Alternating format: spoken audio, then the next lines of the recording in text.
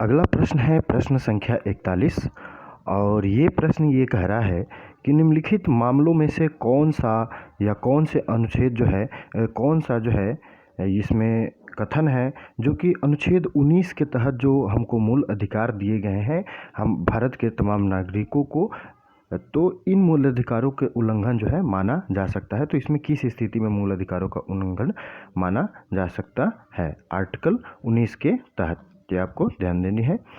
तो पहला कथन ये कहा गया है कि महिलाओं को एक नवीन सूचना तकनीक यानी कि आईटी कार्यालय खोलने से जो है निषेध करना। उसके बाद दूसरा कथन ये कह रहा है कि कुछ जातियों के लोगों को परंपरागत व्यवसाय करने हेतु बाध्य करना। और तीसरा कथन ये कह रहा है कि सरकार के प्रशासन से संबंधित सामान्य सूचना प्रदान करने से मना करना।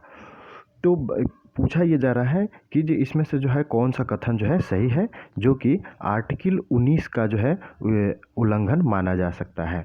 तो महिलाओं को यदि जो है नवीन सूचना तकनीक या कार्यालय खोलने से अगर निषेध किया जाता है तो ये जो है महिलाओं के वाक्य और अभिव्यक्ति की जो स्वतंत्रता दी गई है हम संविधान के भाग 3 में जो कि हमारे मूल अधिकार में शामिल है, इसका जो है हनन हो जाएगा। और इस स्थिति में न हम महिलाओं, पुरुषों, दिव्यांगों किसी में भी जो है इस प्रकार का भेदभाव नहीं कर सकते, और क्योंकि यह जो है हमारे मूल अधिकार का उल्लंघन होगा। और इस प्रकार जो है कथन एक सही है क्योंकि इससे जो है अनुच्छेद 19 का जो है उल्लंघन होगा। दूसरा कथन ये कह रहा है कि कुछ जातियों के लोगों को परंपरागत व्यवसाय करने हेतु बाध्य करना। जैसे देश में बहुत सारे जो है परंपरागत व्यवसाय चले आते हैं, जैसे दलित समाज के लोगों से जो है सीवर का वर्क करवाना और इस प्रकार के कुछ अन्य वर्क सब है, कुछ रीति रिवाज सब है जो कि जिसे करने के लिए जो है इसे बाध्य नहीं किया जा सकता। तो यानी कि कुछ जाति के जो लोग हैं उन्हें परंपरागत बाध्य नहीं किया जा सकता, और यदि उसे बाध्य किया जाता है तो इस स्थिति में यह अनुच्छेद 19 यानी कि उसके स्वतंत्रता के अधिकार जो उसे मिले हैं उसका जो है उल्लंघन माना जाएगा, और इसलिए जो है ये भी इसका हनन करेगा। तो दूसरा भी सही है। और तीसरा ये कह रहा है कि सरकार के प्रशासन से संबंधित सामान्य सूचना प्रदान करने से मना करना। तो ये भी बात सही है कि किसी को भी जो है सरकार के प्रशासन से संबंधित सामान्य यानी कि जो जनरल सूचना हो तो उस सामान्य सूचना को, यहाँ पे विशिष्ट सूचना की बात नहीं हो रही है, सामान्य सूचना की बात हो रही है कि सामान्य सूचना प्रदान करने से यदि मना किया जाता है तो ये भी जो है अनुच्छेद 19 का उल्लंघन माना जाएगा। और इस प्रकार तीनों कथन सही है, तो इसका उपयुक्त उत्तर जो है डी होगा।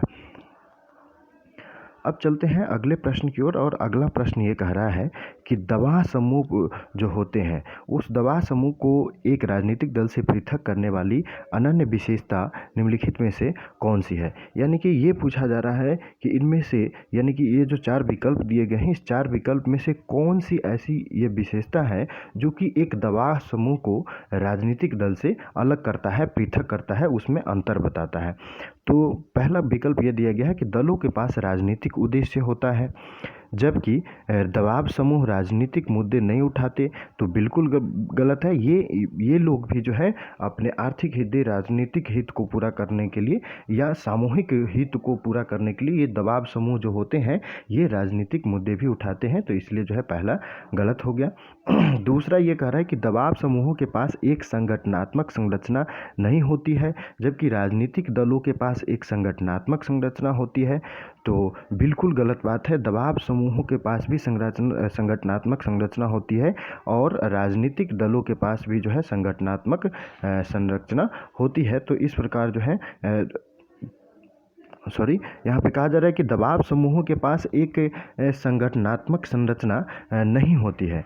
तो क्या दबाव समूहों के पास एक संगठनात्मक संरचना नहीं होती है? बिल्कुल होती है। ये बात गलत है कि नहीं होती है। जैसे फिक्की की बात करें तो फिक्की को एक प्रकार से हम प्रेशर ग्रुप के रूप में देख सकते हैं, और फिक्की के पास जो है स्पष्ट रूप से जो है एक संगठनात्मक संरचना है। इस प्रकार जो है ये गलत हो गया, नहीं शब्द यहाँ पे गलत कर दिया। जबकि राजनीतिक दलों के पास संगठनात्मक, तो राजनीतिक दलों के पास तो होती है। तो इस प्रकार जो है दूसरा विकल्प भी जो है इस प्रश्न के उत्तर के लिए गलत हो गया। तीसरे विकल्प की बात करें तो तीसरा कह रहा है कि दबाव समूह सत्ता प्राप्त करने का प्रयास नहीं करते, जबकि राजनीतिक दल सत्ता प्राप्त करने के प्रयास करते हैं।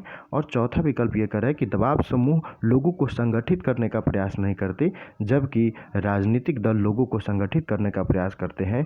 तो बिल्कुल गलत है। दबाव समूह लोगों को संगठित करने का प्रयास करते हैं, तभी तो वे अपनी मांग को पूरा करने के लिए सरकार पर दबाव बनाते हैं, जबकि राजनीतिक दल लोगों को संगठित करने का प्रयास करते हैं। तो राजनीतिक दल भी जो है अपने वोटों के लिए, अपने हितों को पूरा करने के लिए और चुनाव में जीतने के लिए राजनीतिक दल भी जो है लोगों को संगठित करने का प्रयास करते हैं। तो ये जो है विकल्प डी भी गलत है, इसका विकल्प सी सही उत्तर है। दबाव समूह सत्ता प्राप्त करने का प्रयास नहीं करते हैं, जबकि राजनीतिक दल सत्ता प्राप्त करने का प्रयास करते हैं। अगले प्रश्न की बात करें तो अगला प्रश्न है प्रश्न संख्या 43 और प्रश्न ये कह रहा है कि प्रायः सुर्खियों में रहा एंथोरियम पादप है। यहाँ पर पादप शब्द का यूज किया गया है यहाँ पे। तो प्रायः सुर्खियों में रहा एंथोरियम पादप, ये कैसा पादप है? तो देखते हैं क्या विकल्प दिए गए हैं। पहला विकल्प ये कह रहा है कि यह एक घरेलू पुष्पीय पादप है जिसे निकटवर्ती परिवेश की वायु के शोधन तथा हानिकारक वायुजनित रसायनों को विस्थापित करने यानी कि उसे कम करने, उसका अवशोषण करने के हेतु माने इसे जाना जाता है, इस पौधे को, एंथोरियम पादप को। दूसरा विकल्प ये कह रहा है कि ऐसी विदेशी प्रजातियां जो अपने क्षेत्र की जैव विविधता में कमी करती हैं। और तीसरा विकल्प ये कह रहा है कि मृदा के हानिकारक धातुओं और रसायनों को अवशोषित करने वाले पादप। और चौथा विकल्प ये कह रहा है कि कैंसर का उपचार करने वाला औषधीय पादप। तो दोस्तों ये जो एंथोरियम है, ये एंथोरियम जो है एक घरेलू पुष्पीय पादप है और जिसे निकटवर्ती परिवेश के वायु के शोधन तथा हानिकारक वायुजनित जो रसायन होते हैं उसको विस्थापित करने के लिए जाना जाता है। और इस प्रकार जो है इस प्रश्न का जो है सही उत्तर विकल्प ए होगा। अब चलते हैं अगले प्रश्न की ओर और अगला प्रश्न है प्रश्न संख्या 44 और प्रश्न ये कह रहा है कि राज्य वित्त आयोग, यहाँ पर ध्यान देने की जरूरत है कि यहाँ पर राज्य वित्त आयोग की बात की जा रही है और इसके संदर्भ में जो है निम्नलिखित कथन पर विचार करना है। यहाँ पर 3 कथन दिए गए हैं और इसमें से जो है सही उत्तर चुनना है। तो पहला कथन ये कहा जा रहा है कि इसे प्रत्येक 5 वर्ष के पश्चात राज्य सरकार द्वारा गठित किया जाता है। दूसरा कथन ये कह रहा है कि यह राज्य और स्थानीय सरकार जैसे कि ग्रामीण और शहरी स्थानीय सरकारों के मध्य राजस्व के वितरण की समीक्षा करता है।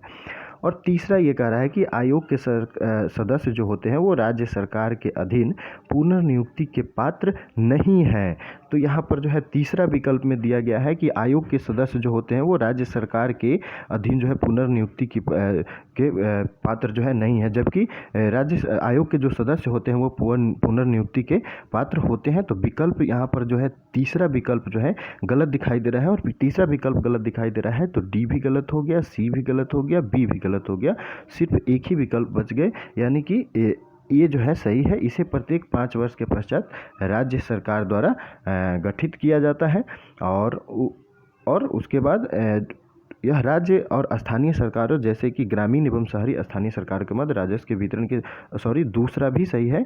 और इस प्रकार जो है तीसरा गलत होने से सी और डी गलत हो गया और एक सही है ही है, दूसरा भी सही है। तो इस प्रकार जो है इसका उपयुक्त उत्तर जो है बी होगा। अगला प्रश्न है प्रश्न संख्या 45 और प्रश्न ये कह रहा है कि संवैधानिक विशेषताओं के विभिन्न स्रोतों के संदर्भ में निम्नलिखित युग्मों पर विचार करना है कि ये जो है संवैधानिक विशेषताएं दी गई है और इसके जो है स्रोत दिए गए हैं और आपको ये बताना है कि इसमें से कौन सी संवैधानिक विशेषताएं हैं जो जिन देशों से लिए गए हैं। तो सबसे पहले कहा गया है विकल्प ए में कि केंद्र द्वारा राज्य के राज्यपाल की नियुक्ति कनाडा से, संसद के दोनों सदनों का संयुक्त अधिवेशन ऑस्ट्रेलिया से और राज्य के नीति निर्देशक तत्व सोवियत संघ यूएसएसआर से। यानी कि ये जो है ये राज्य के नीति निर्देशक तत्व जो है ये आयरलैंड से लिया गया है, आप लोग जानते होंगे। तो यहाँ पर जो है तीसरा विकल्प जो है आपको गलत दिखाई दे रहा है और तीसरा विकल्प गलत दिखाई दे रहा है तो सीधा इसका उत्तर निकल के आ जाएगा ए, यानी कि 1, 2 सही होंगे। फिर से देख लीजिए, पहला विकल्प ये कह रहा है कि केंद्र द्वारा राज्य के राज्यपाल की नियुक्ति ये कनाडा से लिया गया है। तो ये सच बात है कि केंद्र द्वारा जो राज्यपाल की नियुक्ति की जाती है इस नियुक्ति को जो है कनाडा से लिया गया है। संसद के दोनों सदनों के ज्वाइंट अधिवेशन की बात करें जो कि संविधान के अनुच्छेद 108 में इसकी चर्चा की गई है, वहीं राज्यपाल की नियुक्ति की बात करें तो 155 में इसकी चर्चा की गई है। तो ये जो है ऑस्ट्रेलिया से लिया गया है, ये भी सही है। और ये जो है राज्य के नीति निर्देशक तत्व ये रसिया से नहीं लिया गया है, यानी कि सोवियत संघ से नहीं लिया गया है, बल्कि ये आयरलैंड से लिया गया है। तो इसे आप ध्यान रख सकते हैं।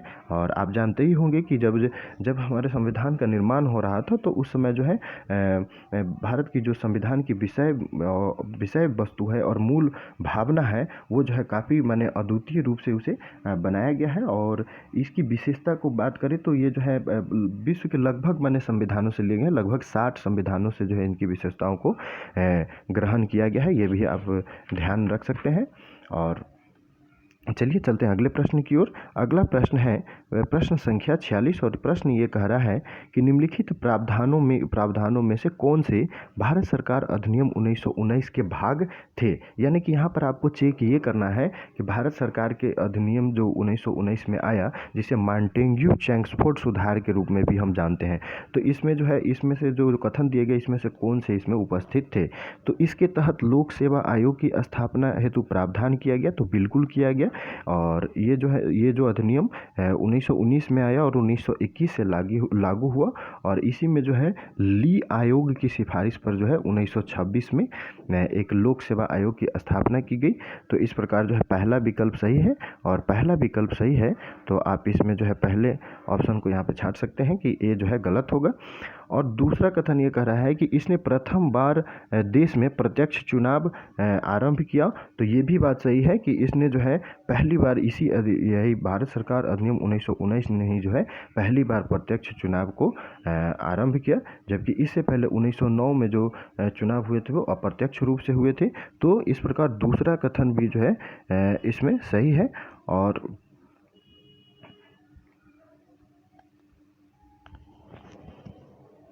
तो बी और सी ऑटोमेटिक गलत हो गए। तो सिर्फ एक ही विकल्प बचता है कि 1, 2 और 4 सही है और तीसरा जो है अपने आप गलत है। तो इसे दलित वर्गों के लिए सांप्रदायिक प्रतिनिधि की एक प्रणाली प्रारंभ की, जो कि बिल्कुल गलत है। इन्होंने जो है दलित के लिए कोई सांप्रदायिक प्रतिनिधित्व की एक प्रणाली प्रारंभ नहीं की थी।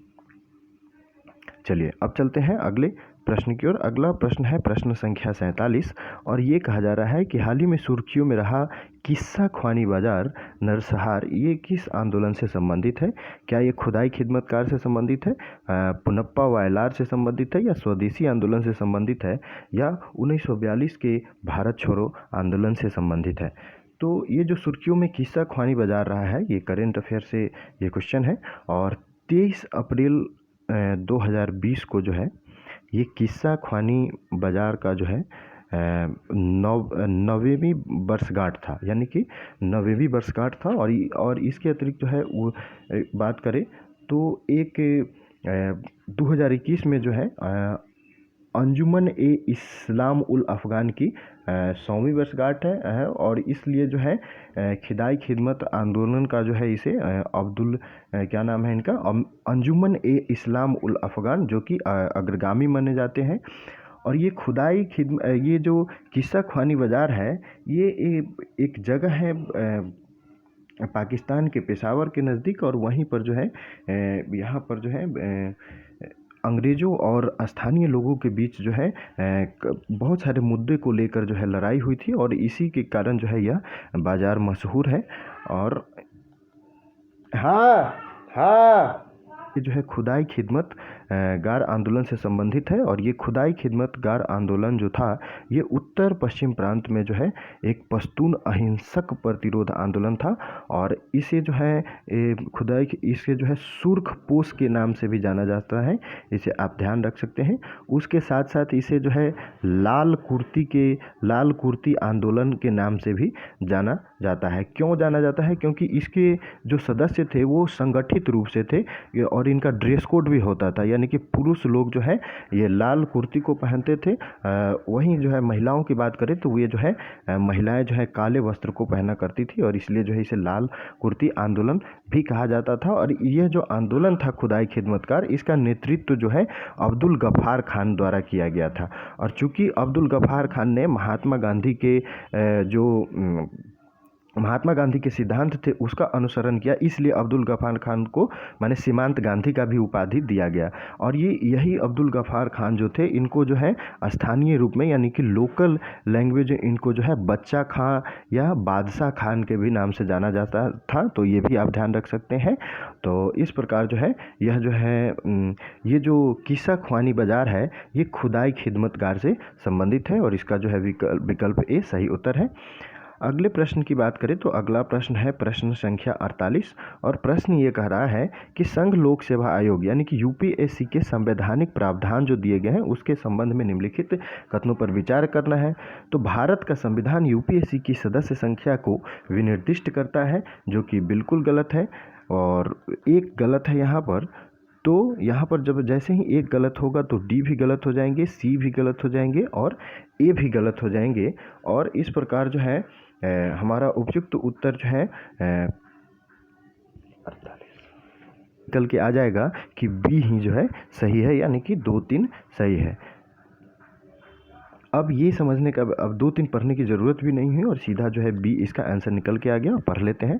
दूसरा कह रहा है कि यूपीएससी के अध्यक्ष और सदस्यों की सेवा शर्तों को निर्धारित करने हेतु संविधान द्वारा भारत के राष्ट्रपति को अधिकृत किया गया है, तो बिल्कुल सही बात है।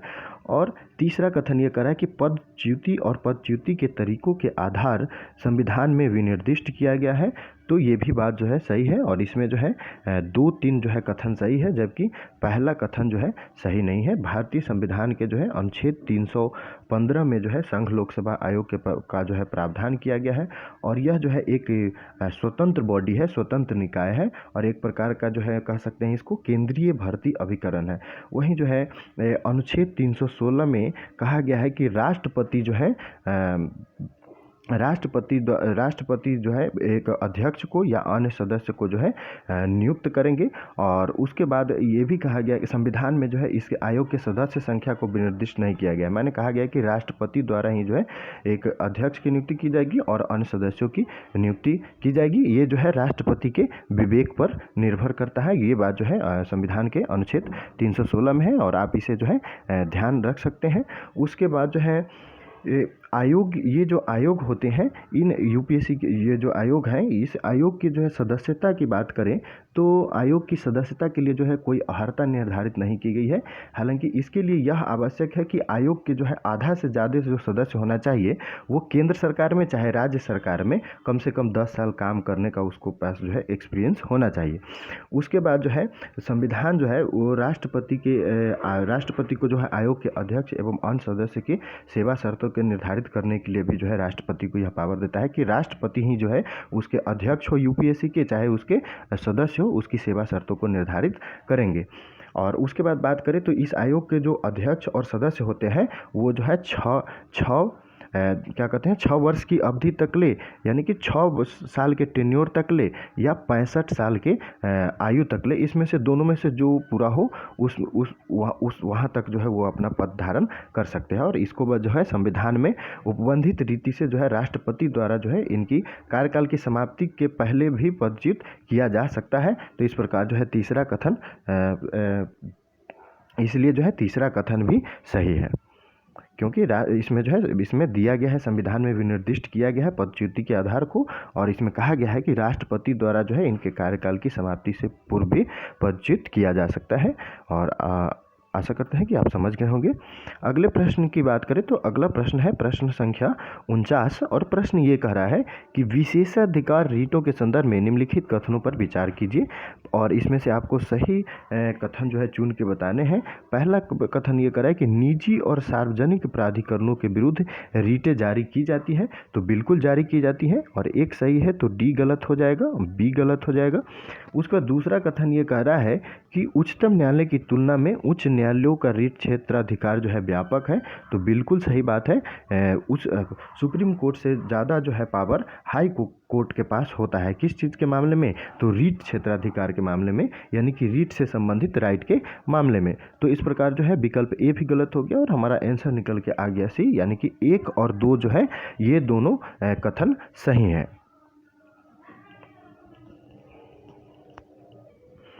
तो यदि किसी के मूल अधिकार का हनन होता है तो उस स्थिति में जो है वह हाई कोर्ट या सुप्रीम कोर्ट का रुख कर सकता है। पीड़ित व्यक्ति जो है हाई कोर्ट या सुप्रीम कोर्ट जा सकता है।